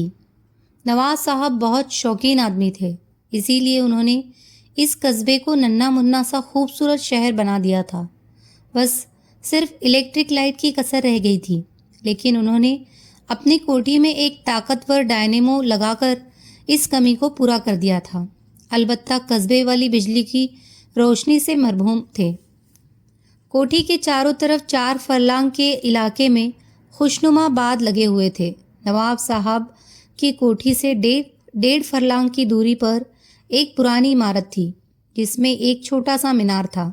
किसी ज़माने में इस मीनार का ऊपरी हिस्सा खुला रहा होगा और नवाब साहब के पूर्वज उस पर बैठकर मौज मस्ती करते होंगे, लेकिन अब यह बंद कर दिया गया था। सिर्फ 2 खिड़कियां खुली रह गई थी। एक खिड़की में एक बड़ी सी दूरबीन भी लगी हुई थी, जिसका व्यास लगभग 1 फुट रहा होगा। इस इमारत में मशहूर अंतरिक्ष वैज्ञानिक प्रोफेसर इमरान रहता था। नवाब साहब ने यह पुरानी इमारत उसे किराए पर दे रखी थी। उसने इस मीनार की ऊपरी मंजिल के चारों तरफ से बंद कराकर उस पर सितारों की रफ्तार का जायजा लेने के लिए अपनी बड़ी दूरबीन फिट करा ली थी। कस्बे वालों के लिए यह एक संदिग्ध आदमी था। बहुतों का ख्याल था कि वह पागल है। उन्हें आज तक किसी ने इस 4 फरलांग के इलाके से बाहर जाते न देखा था। इंस्पेक्टर फरीदी कोठी के करीब पहुंचकर सोचने लगा कि किस तरह अंदर जाए। अचानक एक नौकर बरामदे में आया। फरीदी ने आगे बढ़कर उससे पूछा, अब नवाब साहब की तबीयत कैसी है? अभी वही हाल है, नौकर उसे घूरता हुआ बोला। आप कहाँ से तशरीफ़ लाए हैं? मैं डेली न्यूज़ का रिपोर्टर हूँ और कुंवर सलीम से मिलना चाहता हूँ। यहाँ अंदर हॉल में आ जाइए, मैं उन्हें खबर करता हूँ। फरीदी बरामदे से गुजरकर हॉल में दाखिल हुआ। हॉल की दीवारों पर चारों तरफ नवाब साहब के पूर्वजों की बड़ी बड़ी तस्वीरें लगी हुई थी। फरीदी उनको देखने लगा, तभी वह चौंक पड़ा। उसकी नज़रें एक पुरानी तस्वीर पर जा टिकी थी। उसे ऐसा मालूम हुआ जैसे घनी मूंछ और दाढ़ी के पीछे कोई जाना पहचाना चेहरा है। अरे वह मारा बेटा फरीदी, वह आप ही आप बड़बड़ाया। वह कदमों की आहट से चौंक पड़ा। सामने के दरवाजे में एक लंबा तगड़ा नौजवान कीमती सूट पहने खड़ा था। पहले तो वह फरीदी को देखकर झिझका, फिर मुस्कुराता हुआ आगे बढ़ा। साहब, आप रिपोर्टर से तो मैं तंग आ गया हूँ। वह हंसकर बोला। कहिए, आप क्या पूछना चाहते हैं? शायद मैं कुंवर साहब से बात कर रहा हूँ, फरीदी ने अदब से कहा। जी हाँ, मुझे कुंवर सलीम कहते हैं, उसने बेदिली से कहा। जो कुछ पूछना हो जल्द पूछिए, मैं बहुत बिजी आदमी हूँ कुंवर। नवाब साहब का अब क्या हाल है? अभी तक तो होश नहीं आया। और कुछ? कब से बेहोश है? 15 दिन से। सभी डॉक्टर की राय है कि ऑपरेशन किया जाए, लेकिन कर्नल तिवारी इसके हक में नहीं है। अच्छा, अब मुझे इजाज़त दीजिए। वह फिर उस दरवाजे की तरफ घूम गया जिस तरफ से आया था। फरीदी के पास वापस जाने के अलावा और कोई चारा नहीं था। जब पुरानी कोठी के पास से गुजर रहा था तो एकदम से उसकी हैट उछलकर उसकी गोद में आ गई। हैट में बड़ा सा छेद हो गया था। उसने धीमे से कहा, बाल बाल बचे फरीदी साहब, अब कभी मोटर की छत गिराकर सफ़र न करना। अभी तो इस बेआवाज़ राइफल ने तुम्हारी जान ही ले ली थी। थोड़ी दूर चलकर उसने कार रोक ली और पुरानी कोठी की तरफ पैदल वापस लौटा। बाढ़ की आड़ से उसने देखा कि पुरानी कोठी के बाग में एक अजीबोगरीब बूढ़ा एक छोटी नाल वाली राइफल लिए गिलहरियों के पीछे दौड़ रहा है। फरीदी बाढ़ लांघकर अंदर पहुंच गया। बूढ़ा चौंक कर उसे हैरत से देखने लगा। बूढ़े को देखकर ऐसा महसूस हो रहा था जैसे कोई मुर्दा कब्र से उठकर आ गया हो, या फिर जैसे वह कोई भूत हो। उसका रंग हल्दी की तरह पीला था। बाल क्या भवें तक सफ़ेद हो गई थी। चेहरा लंबा था और गालों की हड्डियां उभरी हुई थी। दाढ़ी मूंछ साफ, होठ बहुत पतले थे, लेकिन आंखों में बला की चमक और जिस्म में ज़बरदस्त फुर्ती थी। वह उछलकर फरीदी के करीब आ गया। मुझसे मिलिए, मैं प्रोफेसर इमरान हूँ, अंतरिक्ष वैज्ञानिक। और आप? मुझे आपके नाम से दिलचस्पी नहीं, फरीदी उसे घूर कर बोला। मैं तो उस खौफनाक हथियार में दिलचस्पी ले रहा हूँ जो आपके हाथ में है। हथियार? बूढ़े ने खौफनाक कहकहा लगाया। यह तो मेरी दूरबीन है। वह दूरबीन ही सही, लेकिन अभी उसने मुझे दूसरी दुनिया में पहुंचा दिया होता। फरीदी ने अपनी हैट का सुराख उसे दिखाया। बूढ़े की आंखों में खौफ झांकने लगा। उसने एक बार गौर से राइफल की तरफ देखा और फिर हंसकर कहने लगा, शायद आप ठीक कह रहे हैं, यह वाकई राइफल है। मैं गिलहरियों का शिकार कर रहा था। माफ़ी चाहता हूँ और अपनी दोस्ती का हाथ आपकी तरफ बढ़ाता हूँ। बूढ़े ने फरीदी का हाथ अपने हाथ में लेकर इस जोर से दबाया कि उसके हाथ की हड्डियां तक दुखने लगी। उस बूढ़े में इतनी ताकत देखकर फरीदी बौखला गया। आइए, अंदर चलिए, आप एक अच्छे दोस्त साबित हो सकते हैं। वह फरीदी का हाथ पकड़े हुए पुरानी कोठी में घुस गया। आजकल गिलहरियों और दूसरे छोटे जानवरों में मेरी खास दिलचस्पी है। आइए, मैं आपको उनके नमूने दिखाऊं। वह फरीदी को एक अंधेरे कमरे में ले जाता हुआ बोला। कमरे में अजीब तरह की बदबू फैली हुई थी। पूरे दिखाई मोमबत्तियां जलाई। कमरे में चारों तरफ मुर्दा जानवरों के ढांचे रखे हुए थे। बहुत से छोटे जानवर कीलों की मदद से लकड़ी के तख्तों पर जकड़ दिए गए थे। इनमें से कई खरगोश और कई गिलहरियां तो अभी तक जिंदा थी, जिनकी तड़प बहुत ही खौफनाक मंजर पेश कर रही थी। कभी कभी कोई खरगोश दर्द से चीख उठता था। फरीदी को ऊब सी होने लगी और वह घबराकर कमरे से निकल आया। अब आइए, मैं आपको अपनी दूरबीन दिखाऊं। यह कहकर वह मीनार की सीढ़ियां चढ़ने लगा। मीनार लगभग 25 फुट चौड़ा रहा होगा। आखिर में वह कमरे में दाखिल हुआ, जो ऊपरी मंजिल पर था। वही खिड़की में दूरबीन लगी थी। यहाँ आइए। बहुत दूरबीन के शीशे पर झुककर बोला, मैं इस वक्त नवाब साहब के कमरे का मंजर इतना साफ देख रहा हूँ जैसे वे यहाँ से सिर्फ 5 फुट की दूरी पर हो। नवाब साहब लेटे हैं, उनके सिरहाने उनकी भांजी बैठी है। ये लीजिए, देखिए। फरीदी ने अपनी आँख शीशे से लगा दी। सामने वाली कोठी की बड़ी सी खिड़की खुली हुई थी और कमरा बिल्कुल साफ नजर आ रहा था। कोई आदमी सिर से पैर तक मखमल का लिहाफ ओढ़े लेटा था और एक खूबसूरत लड़की उसके सिरहाने बैठी थी। मैं सामने वाले कमरे के बहुत से राज जानता हूँ, लेकिन तुम्हें क्यों बताऊँ? बूढ़ा फरीदी के कंधे पर हाथ रखते हुए बोला। बस करो, अब आओ, चले। मुझे किसी के राज जानने की ज़रूरत ही क्या है? फरीदी अपने कंधे उचकाते हुए बोला। बूढ़ा कहका लगाकर बोला, क्या मुझे बेवकूफ़ समझते हो? मैं अच्छी तरह जानता हूँ कि यह जुमला तुमने सिर्फ इसलिए कहा है कि मैं सारे राज उगल दूँ। तुम खतरनाक आदमी मालूम होते हो। अच्छा चलो, मैं तुम्हें बाहर जाने का रास्ता दिखा दूँ। दोनों नीचे उतर आए। अभी वे हॉल ही में थे कि दरवाजे पर कुंवर सलीम की सूरत दिखाई दी। आप यहाँ कैसे? उसने फरीदी से पूछा। क्या प्रोफेसर को जानते हैं? जी नहीं, लेकिन आज उन्हें इस तरह जान गया हूँ कि ज़िंदगी भर न भूल सकूँगा। क्या मतलब? आप गिलहरियों का शिकार करते करते आदमी का शिकार करने लगे थे। फरीदी प्रोफेसर के हाथ में दबी राइफल की तरफ इशारा करके बोला। मेरी हैट देखिए। ओह, समझा। और सलीम तेज़ आवाज़ में बोला, प्रोफेसर, तुम हमारी कोठी खाली कर दो, वरना मैं तुम्हें पागलखाने भिजवा दूंगा, समझे? बूढ़े ने डरते हुए कुंवर सलीम की तरफ देखा और भागकर मीनार की जीनों पर चढ़ता चला गया। माफ़ कीजिएगा, ये बूढ़ा पागल है। बेकार ही में हमारी परेशानी बढ़ जाएगी। अच्छा, खुदा हाफिज। फरीदी ने अपनी कार को कस्बे की तरफ मोड़ दिया। अब वह नवाब की फैमिली डॉक्टर से मिलना चाहता था। डॉक्टर तौसीफ एक बूढ़ा आदमी था।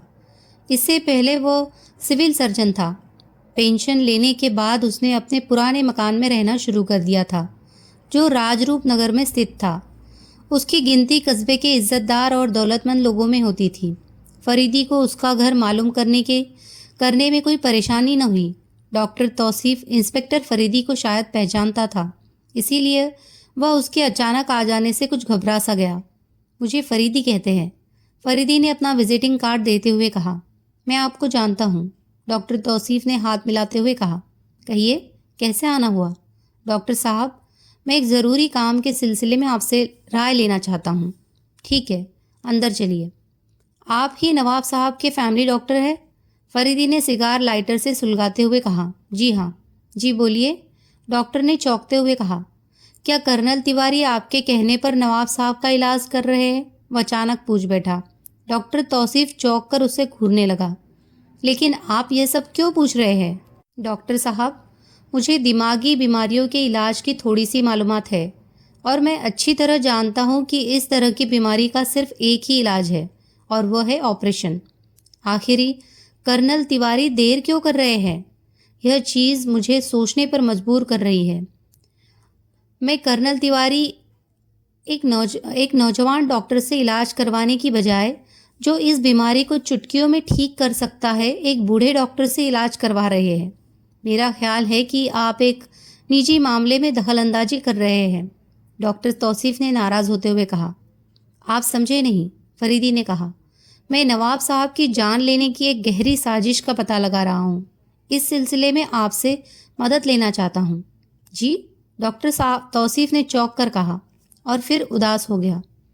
बात दरअसल ये है कि इंस्पेक्टर साहब कि मैं खुद इस मामले में बहुत परेशान हूँ, लेकिन क्या करूँ, खुद नवाब साहब की भी यही ख्वाहिश है। उन्हें 2-3 बार कर्नल तिवारी के इलाज से फ़ायदा हो चुका है, लेकिन मुझे तो मालूम है कि कर्नल तिवारी को इलाज के लिए उनके ख़ानदान वालों ने चुना है। नहीं, ये बात नहीं है। अलबत्ता उन्होंने मेरी ऑपरेशन वाली बात नहीं मानी थी। मैं आपको यह दिखाता हूँ जो नवाब साहब ने दौरा पड़ने से एक दिन पहले मुझे लिखा था। डॉक्टर तौसीफ उठकर दूसरे कमरे में चला गया और फरीदी सिगार के कश लेता हुआ अधखुली आंखों से छत को ताकता रहा। ये देखिए, नवाब साहब का खत। डॉक्टर तौसीफ ने फरीदी की तरफ खत बढ़ाते हुए कहा। फरीदी खत को देखने लगा। खत नवाब साहब के लेटर पैड पर लिखा गया था। फरीदी खत पढ़ने लगा। डियर डॉक्टर, आज 2 दिन से मुझे महसूस हो रहा है जैसे मुझ पर दौरा पड़ने वाला है। अगर आप शाम तक कर्नल तिवारी को लेकर आ जाए तो ठीक है। पिछली बार भी उनके इलाज से फ़ायदा हुआ था। मुझे खबर मिली है कि कर्नल तिवारी आजकल बहुत मशगूल है, लेकिन मुझे उम्मीद है कि आप उन्हें लेकर ही आएंगे। आपका वजाहत। डॉक्टर साहब, क्या आपको यकीन है कि एक खत नवाब साहब ही के हाथ से लिखा हुआ है? फरीदी ने खत पढ़कर कहा। इतना ही यकीन है जितना कि इस बात पर कि इस वक्त मैं आपसे बात कर रहा हूँ। मैं नवाब साहब की लिखावट लाखों में पहचान सकता हूँ। अच्छा, फरीदी ने कुछ सोचते हुए कहा। लेकिन डॉक्टर साहब, ज़रा इस पर गौर कीजिए। क्या आपने कभी इतनी चौड़ाई रखने वाले कागज़ का इतना छोटा पैड भी देखा है? कितना बेढंगा मालूम हो रहा है। ओह, ये देखिए, साफ मालूम होता है कि दस्तखत के नीचे से किसी ने कागज़ का बाकी टुकड़ा कैंची से काटा है। डॉक्टर, क्या आपको ये ऐसी हालत में मिला था? जी हाँ, डॉक्टर ने हैरान होकर कहा। लेकिन मैं आपका मतलब नहीं समझा। वही बताने जा रहा हूँ। क्या ये मुमकिन नहीं कि नवाब साहब ने खत लिखकर दस्तखत कर देने के बाद भी नीचे कुछ और लिखा हो, जिसे किसी ने बाद में कैंची से काट कर उसे बराबर करने की कोशिश की है? मेरे ख्याल है कि नवाब साहब इतने कंजूस नहीं हैं कि बाकी बचा हुआ कागज़ काट कर रख ले। उफ, मेरे खुदा! डॉक्टर ने सिर पकड़ लिया। यहाँ तक तो मेरी नज़र नहीं पहुँची थी। बहरहाल, हालात कुछ ही क्यों न हो, क्या आप बहैसियत फैमिली डॉक्टर इतना नहीं कर सकते कि कर्नल तिवारी के बजाय किसी और डॉक्टर से इलाज कराए? मैं इस मामले में बिल्कुल बेबस हूँ फरीदी साहब। हालांकि नवाब साहब ने कई बार मुझसे ऑपरेशन के बारे में बात की थी, और हाँ, क्या नाम है उसका, इस सिलसिले में सिविल अस्पताल के स्पेशल डॉक्टर शौकत का भी नाम आया था। अब तो मामला बिल्कुल साफ हो गया, फरीदी ने हाथ मलते हुए कहा। हो सकता है खत लिख चुकने के बाद नवाब साहब ने यह लिखा हो कि अगर कर्नल तिवारी न मिल सके तो डॉक्टर शौकत को लेते आइएगा। इस हिस्से को किसी ने गायब कर दिया। तौसीफ ने कुछ सोचते हुए कहा। मेरा ख्याल है कि आप डॉक्टर शौकत से ज़रूर मिल लीजिए। कम से कम इस सूबे में वह अपना जवाब नहीं रखता। मैं उसकी तारीफ़ें अखबार में पढ़ता रहता हूँ और एक बार मिल भी चुका हूँ। मैं अच्छी तरह जानता हूँ कि वह नवाब साहब का 100% कामयाब ऑपरेशन करेगा। लेकिन फरीदी साहब, मैं कर्नल तिवारी की मौजूदगी में बिल्कुल बेबस हूँ। ऐसा झक्की आदमी तो आज तेरी नज़रों से नहीं गुजरा। कर्नल तिवारी की आप फिक्र न करें, उसका इंतज़ाम मैं कर लूँगा। आप जितनी जल्द हो सके डॉक्टर शौकत से मिलकर बात कर लीजिए। आप कर्नल तिवारी का क्या इंतज़ाम करेंगे? इंतज़ाम करना कैसा? वो तो करीब करीब हो चुका है। फरीदी ने सिगार जलाते हुए कहा। मैं आपका मतलब नहीं समझा। 3 दिन बाद कर्नल तिवारी का यहाँ से ट्रांसफ़र हो जाएगा। ऊपर से हुक्म आ गया है।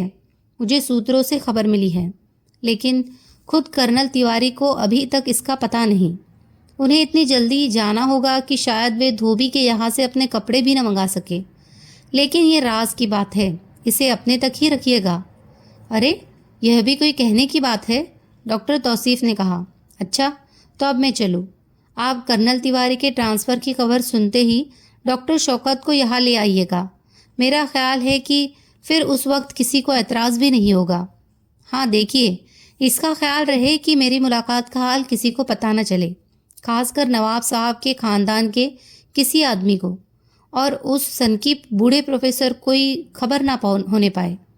साहब, मुझे तो वो बूढ़ा पागल मालूम होता है। मैं भी उसके बारे में कोई अच्छी राय नहीं रखता। वो आखिर है कौन? फरीदी ने दिलचस्पी जाहिर करते हुए कहा। मेरे ख्याल से वह नवाब साहब का कोई रिश्तेदार है, लेकिन मैं इतना जानता हूँ कि नवाब साहब ने मेरे ही सामने उससे पुरानी कोठी का किरायानामा लिखवाया था, बल्कि मैंने ही उस पर गवाह की हैसियत से दस्तखत किए थे। खैर, अच्छा, अब मैं जाना चाहूँगा, फरीदी ने उठते हुए कहा। मुझे उम्मीद है कि आप जल्द ही डॉक्टर शौकत से मुलाकात करेंगे। फरीदी की कार तेजी से शहर की तरफ जा रही थी। आज उसका दिमाग बहुत उलझा हुआ था। बहरहाल, वह जो मकसद लेकर राजरूप नगर आया था, उसमें अगर बिल्कुल नहीं तो थोड़ी बहुत कामयाबी उसे ज़रूर मिली थी। अब वह आगे के लिए प्रोग्राम बना रहा था। जैसे जैसे वह सोच रहा था, उसे अपनी कामयाबी का पूरा यकीन होता जा रहा था। सड़क के दोनों तरफ दूर दूर तक घनी झाड़ियाँ थी। सड़क बिल्कुल सुनसान थी। एक जगह उसे बीच सड़क पर ही खाली तांगा खड़ा नजर आया। वह भी इस तरह जैसे वह खास तौर पर रास्ता रोकने के लिए खड़ा किया गया हो। फरीदी ने कार की रफ्तार धीमी कर के हॉर्न देना शुरू किया, लेकिन दूर नज़दीक को दिखाई न देता था। सड़क ज़्यादा चौड़ी न थी, इसीलिए फरीदी को कार रोककर उतरना पड़ा। तांगा किनारे लगाकर वह गाड़ी की तरफ लौट ही रहा था कि उसे दूर झाड़ियों में एक भयानक चीख सुनाई दी। कोई भर्राई की आवाज़ में चीख रहा था। ऐसा मालूम होता था जैसे बार बार चीखने वाले का मुंह दबा दिया जाता है और वह गिरफ्त से निकलने के बाद फिर चीखने लगता हो। फरीदी ने जेब से रिवॉल्वर निकालकर आवाज़ की तरफ दौड़ना शुरू किया। ऊंची ऊंची झाड़ियों से उलझता गिरता पड़ता जंगल में घुसा जा रहा था। अचानक एक फायर हुआ और एक गोली सनसनाती हुई उसके कानों के करीब से निकल गई। उसके बाद कई फायर हुए। वह फुर्ती के साथ ज़मीन पर लेट गया। लेटे लेटे रेंगता हुआ वह खाई की आड़ में हो गया। उसने भी अपना रिवॉल्वर खाली करना शुरू कर दिया। दूसरी तरफ से फायर होने बंद हो गए। शायद गोलियां चलाने वाला अपने खाली रिवॉल्वर में कारतूस चढ़ा रहा था। फरीदी ने खाई की आड़ से सिर उभारा ही था कि फायर हुआ। अगर वह तेजी से पीछे की तरफ न गिर गया होता तो खोपड़ी उड़ गई होती। दूसरी तरफ से फिर अंधाधुंध फायर होने लगे। फरीदी ने भी 2-3 फायर किए। ऑफिस चीखता हुआ सड़क की तरफ भागा और फिर चीखता हुआ सड़क की तरफ भागा। दूसरी तरफ से अब भी फायर हो रहे थे, लेकिन वह गिरता पड़ता भागा जा रहा था। कार में पहुंचते ही वो तेज रफ्तार से शहर की तरफ रवाना हो गया। शाम का अखबार बाजार में आते ही सारे शहर में सनसनी फैल गई। अखबार वाले गली कूचे में चीखते फिर रहे थे, इंस्पेक्टर फरीदी का कत्ल, 1 हफ्ते के अंदर अंदर शहर में 3 कत्ल, शाम की ताज़ा खबर, शाम की ताज़ा खबर। आज 2 बजे इंस्पेक्टर फरीदी की कार पुलिस अस्पताल के कंपाउंड में दाखिल हुई। इंस्पेक्टर फरीदी कार से उतरते वक्त लड़खड़ाकर गिर पड़े। किसी ने उनके दाएं बाजू और बाएं कंधे को गोलियों का निशाना बना दिया था। फौरन ही डॉक्टरी मदद पहुंचाई गई, लेकिन फरीदी साहब बच न सके। 3 घंटे की जिंदगी की कश्मकश में जूझने के बाद वे हमेशा हमेशा के लिए रुखसत हो गए। यकीनन यह मुल्क के लिए बहुत बड़ा नुकसान है। इंस्पेक्टर फरीदी शायद सविता देवी के कत्ल के सिलसिले में छानबीन कर रहे थे, लेकिन उन्होंने इसकी खबर किसी को नहीं दी थी। चीफ इंस्पेक्टर साहब को भी इस बात का पता नहीं था कि उन्होंने जासूसी का कौन सा तरीका अपनाया था। अभी तक कोई नहीं बता सकता कि इंस्पेक्टर फरीदी आज सुबह कहाँ गए थे, लेकिन उनकी कार पर जमी हुई धूल और की हालत बता दी थी कि उन्होंने काफ़ी लंबा सफ़र तय किया था। इंस्पेक्टर फरीदी की उम्र 30 साल थी। वे कुंवारे थे। उन्होंने 2 बंगले और एक बड़ी जायदाद छोड़ी है। उनके किसी वारिस का पता नहीं चल सका। यह खबर आग की तरह सारे शहर में फैल गई। डिपार्टमेंट ऑफ इन्वेस्टिगेशन के दफ्तर में हलचल मची हुई थी। इंस्पेक्टर फरीदी के दोस्तों ने लाश हासिल करने की कोशिश की, लेकिन उन्हें लाश देखने तक की इजाज़त न दी गई और कई खबरों से मालूम हुआ कि पोस्टमार्टम करने पर 5 या 6 जख्म पाए गए थे। यह सब कुछ हो रहा था, लेकिन सार्जेंट हमीद न जाने क्यों चुप था। उसे अच्छी तरह मालूम था कि इंस्पेक्टर फरीदी राजरूप नगर गया था, लेकिन उसने इसकी कोई खबर चीफ इंस्पेक्टर को नहीं दी। वह पुलिस और खुफिया पुलिस की भागदौड़ देख रहा था। दूसरे जासूसों और बहुत सारे लोगों ने उससे पूछा, लेकिन उसने एक को भी ढंग से जवाब न दिया। किसी से कहता कि उन्होंने मुझे अपना प्रोग्राम नहीं बताया था। किसी से कहता उन्होंने मुझे यह तक तो बताया नहीं था कि उन्होंने अपनी छुट्टी कैंसिल करा दी है। फिर जासूसी का प्रोग्राम क्यों बताते? किसी को यह जवाब देता कि वे अपनी स्कीमों में किसी से न राय लेते थे और न मिलकर काम करते थे। लगभग 10 बजे रात को एक नेपाली चोरों की तरह छिपता छिपाता सार्जेंट हमीद के घर से निकला। बड़ी देर तक यूं ही सड़कों पर मारा मारा फिरता रहा। फिर एक घटिया से शराब खाने में घुस गया। जब वहां से निकला, उसके पैर बुरी तरह डगमगा रहे थे। आंखों से मालूम होता था जैसे वह बहुत पी गया हो। वह लड़खड़ाता हुआ टैक्सियों की तरफ चल पड़ा। भाई साहब, हम दूर जाना मांगता है, उसने एक टैक्सी ड्राइवर से कहा। साहब, हमें फुर्सत नहीं, टैक्सी ड्राइवर ने कहा। ओ बाबा, पैसा देगा, उसने जेब में हाथ डालकर पर्स निकालते हुए कहा। नहीं नहीं साहब, मुझे फुर्सत नहीं, टैक्सी ड्राइवर ने दूसरी तरफ मुंह करते हुए कहा। अरे लो हमारा बाप, तुम भी साला क्या याद रखेगा, उसने 50-50 के 2 नोट उसके हाथ पर रखते हुए कहा। अब चलेगा हमारा बाप? बैठिए, कहाँ चलना होगा? टैक्सी ड्राइवर ने कार का दरवाज़ा खोलते हुए कहा। जाओ, हम नहीं जाना मांगता, हम तुमको 100 रुपया भीख दिया, उसने रूठ कर ज़मीन पर बैठते हुए कहा। अरे नहीं साहब, उठिए, चलिए, जहाँ आप कहे आपको पहुँचा दूंगा, चाहे जहन्नुम ही क्यों न हो। टैक्सी ड्राइवर ने उसके नशे की हालत का लुत्फ उठाते हुए हंसकर कहा। जहन्नुम चलेगा? नेपाली ने उठकर कहा।